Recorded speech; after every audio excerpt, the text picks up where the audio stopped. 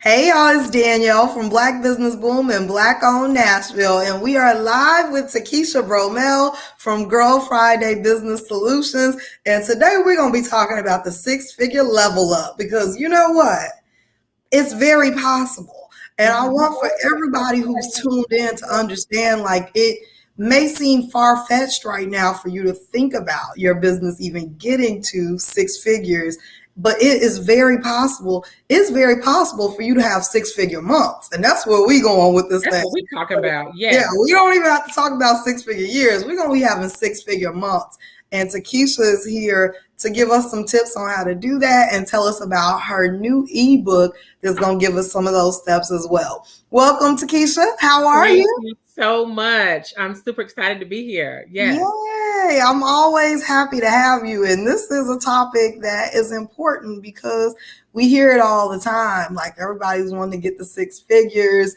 And again, but then I think also in the back of our minds, it seems like there's that self doubt that creeps in. Like, can I really like when I made my first 100,000? I was like, what? Like that's crazy, you know? Like because you're aiming for it, you want it, but sometimes in your head it just does not seem like it's That's something right. that's actually attainable and or that you even deserve.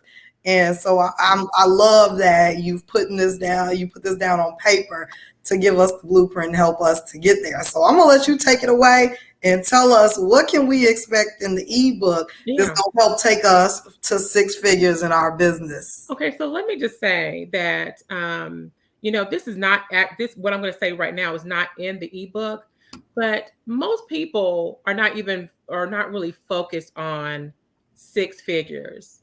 They're really focused on $1 million. That is the big thing these days, right? I want to be at $1 million. But you can't get to 1 million until you get to you can't, like you have to You get gotta to get to 10 first, right? Like you you gotta gotta really, get there, yes. and so I feel like we are expiring for these higher level goals or whatever, but we don't have the things in place to do that. Now, I think I've said this before, and it's something that's near and dear to my heart, is that I feel like whenever I'm gone, there are a few things that I want to happen or have accomplished and had in place. One is I always want to make sure that I have a succession plan in place so that whenever I leave, my business can still thrive. But on the other side of that, I also look at it. I just turned 50 years old. And as I look at my life, one of the things that I'm even looking at today and over the weekend was it worth it? Was it worth the time and the energy to spend all of these nights working late, doing the things that I'm doing and all the business and not to get to like my goal and and accomplishing $1 million and more? Would I be happy with my business not being able to survive past me with all the time that I've spent in my business? So as an entrepreneur, usually before I started being when I was working for someone, I was making that kind of money. But could my business make that type of money? You know what I'm saying? I worked for millionaires and $1 million producers, and I've learned a lot. But could I somehow take the knowledge that I learned from those companies and make it into something that would actually grow me and grow the business? And I wasn't sure.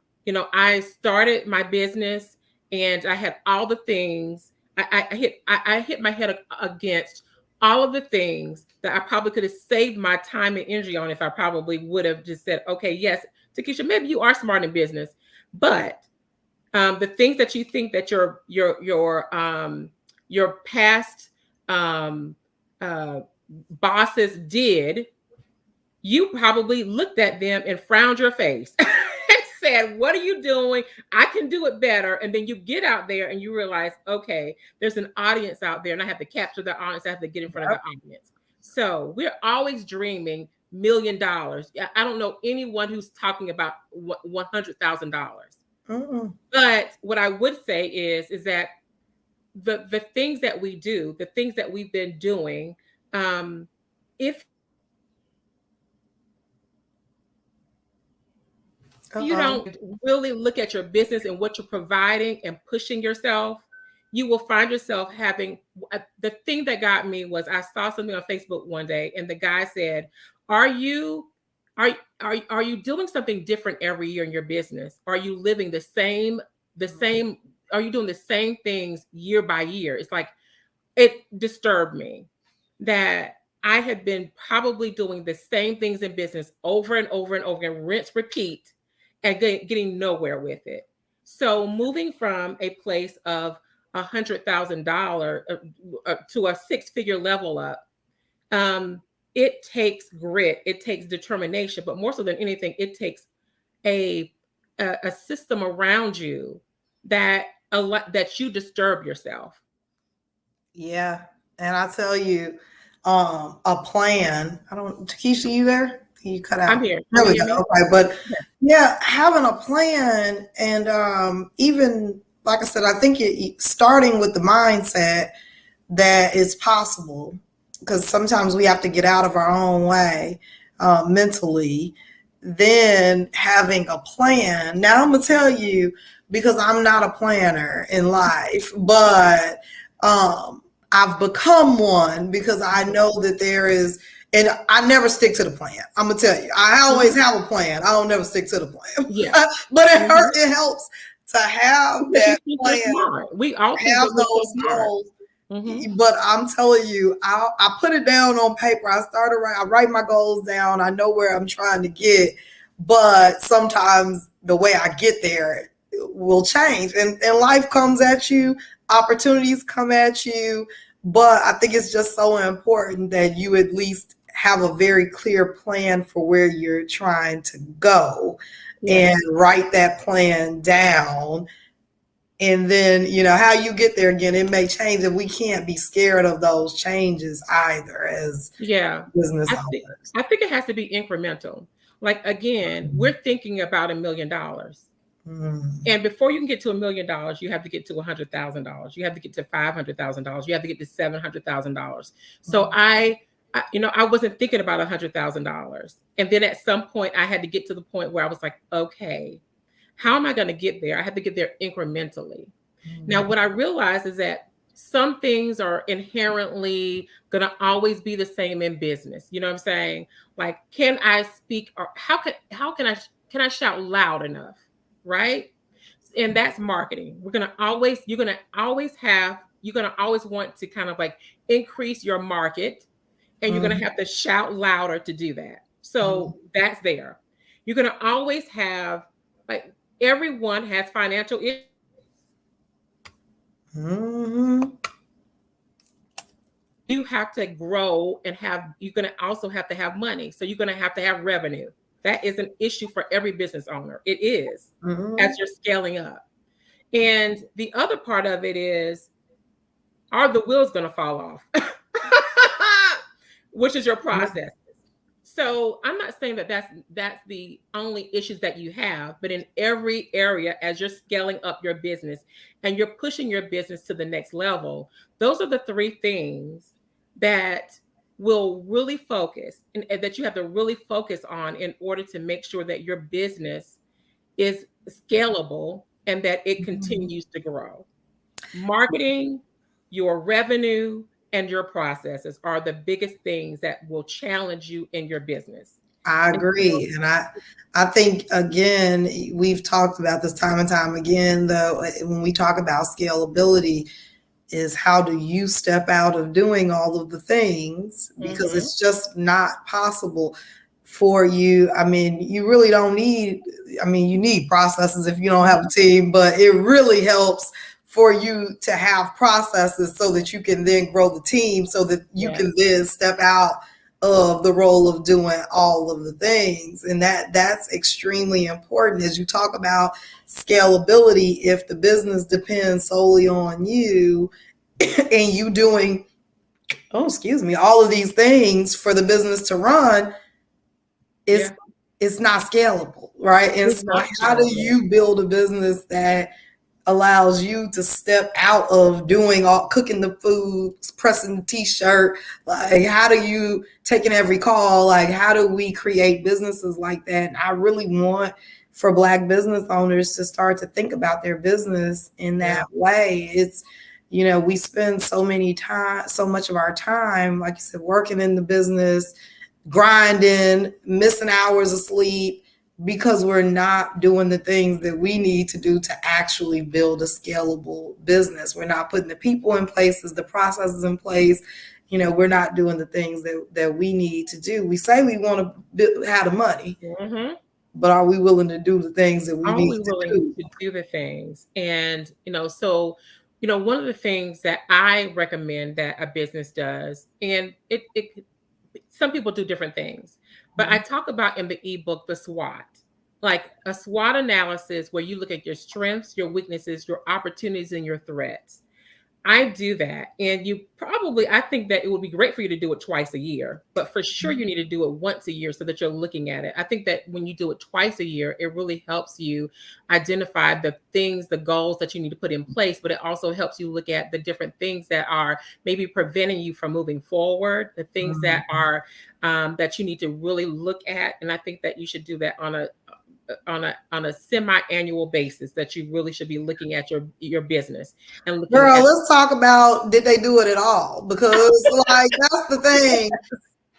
I'm all about real talk, and I'm like, a lot of folks have not done it one time ever. Not one time. We can't get to doing it, twice a year if you've never done it at all. And again, a lot of these things, when you talk about them, they seem so tedious, and it seems like, oh God, I got to take, an hour out of my life to do a SWOT analysis. And I promise you, it will be an eye-opening experience. Like we think about, you think back to undergrad, and I mean, wherever you may have taken any class on on business, they're going to always talk about a SWOT analysis.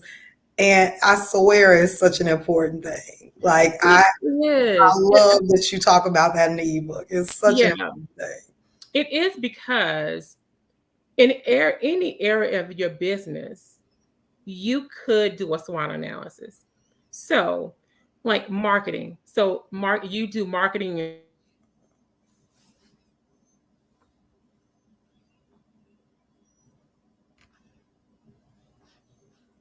Uh-oh, lost you. Takesha, can you hear me? Can y'all hear Takesha? Are we still there? Okay, sorry. Okay, so what I was basically saying is that in like with you, like you are a marketing person, PR person, so it's very well possible that you could have something, and you do have something. I know that you have something in place where you go into a business and you look at their marketing, what they have going on in their marketing. That is somewhat of a SWOT, where you're looking at what they're doing, how they're doing it, what makes them different than everyone. Is their marketing stale, or is it like things that they need to do in order to change their business and those kind of things? So you have those things that's already in. Yeah. And I'll tell you, I tell you one thing, my TSU class, one of my TSU classes this semester was a business consulting class, and I had them act as consultants for my business. And the very first thing I had them to do was SWOT analysis for both Black-owned Nashville and Black Business Boom.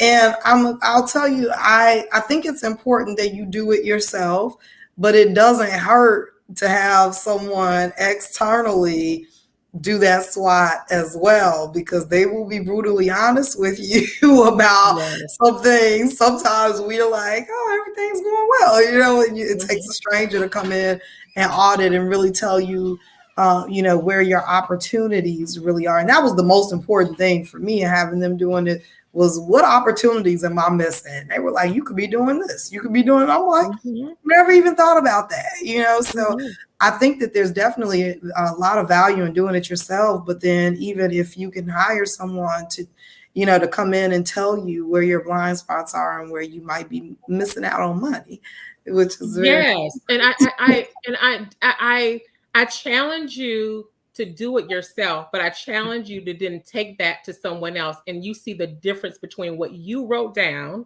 and what they actually see. And what I will tell you is like when you bring someone else in, I know this month we're talking about on my podcast, we're talking about strategic planners. And one of the things that's so important is that that person can see things that you can't see. Now, Yeah. what they are able to see is hindsight, like they are able to look at past people and what they've done in the past. They're able to help you look foresight, like what's in the future and like the expansion of the things that you have. Yeah. And they're able to also give you insight into your business, like insight that today, the breaking news, the things that you can do to maximize the opportunities that you have, your exposure, your services, your vision. They're able to like look at it differently. So it's one thing to actually do it yourself, but you absolutely need, okay, even when you're in your car, you need rear view mirrors and you need side mirrors. And even in that, you have a blind spot. You're not going to be able to see all the things. You need to have someone. So Danielle, I know that just by working with you, like I know that you have like a class or it was either a class or something that you would do in order to actually like do that for people that needed marketing or whatever. Yeah, we do audits. We'll go in and tell you, what are you doing right? What are you doing wrong on your social media? What are the things that people like? What are they not responding to? Also, we'll look at your competitors. What are they doing? This is the content that people really like that they're posting. And so, like you said, sometimes you really need that external source to be like, okay, this is what's working. This isn't what's working. But I love the idea of you doing your SWOT analysis yourself and then taking it to somebody for them to review and see what you may have missed. I love the analogy of the car. And you have all these mirrors around you, but you still have blind spots. Like you're still missing things. We all have blind spots, and it's unwise to think that you know everything and that you have that you are taking advantage of every opportunity. Yeah. And there's so many opportunities out here, and if we don't have someone, like I have paid people a lot of money just to sit down and talk to me, right? And just to tell me where I might have blind spots and I may be missing money. And that's I'm gonna give you a good example. Last year, okay, so our logo back in the day was for Girl Friday was this frog. It was like this from this idea of eat the frog early. And as a virtual assistant, we were talking about eat your frog or give it to us, so to speak, is what we're basically saying. Let us do the hard stuff for you. The stinky stuff that you don't want to do. Let us do it. And so last year I was like, we hired someone to come in. Now I'm a strategic planner, but I hired someone to come in and look at us. Is our messaging right? Are we getting things? Are we doing what we needed to do or what?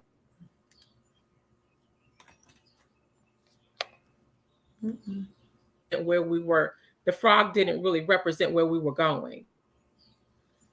And sometimes marketing companies use marketing companies all the time. So it's like, you don't have to know everything just because, this is the type of business that you run. So I love that.